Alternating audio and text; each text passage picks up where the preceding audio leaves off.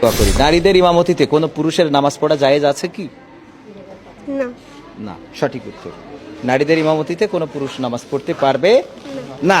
আপনার জন্য এই যে বাচ্চা কাচ্চা আছে, একটা মেয়ে আছে। একটা মেয়ে, কত বছর বয়স? 2 বছর।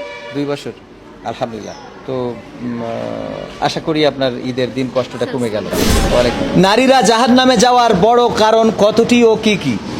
নারীরা জাহান্নামে যাওয়ার কারণ হচ্ছে মূলত অনেকগুলোই কারণ আছে, তারপরে মূলত হচ্ছে চারটি।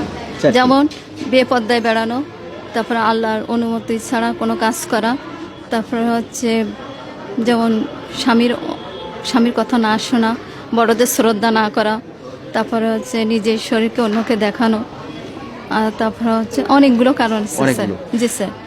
এর মধ্যে দুইটা বড় কারণ, তার মধ্যে আপনি একটা বলে নামাজ। ফেলেছেন, একটা স্যার। বলে ফেলেছেন, একটা আপনি যে কথা বলেছেন তার মধ্যে একটা আছে, আর একটা আছে। আরেকটা হচ্ছে নামাজ না পড়া, এটাও তো একটা।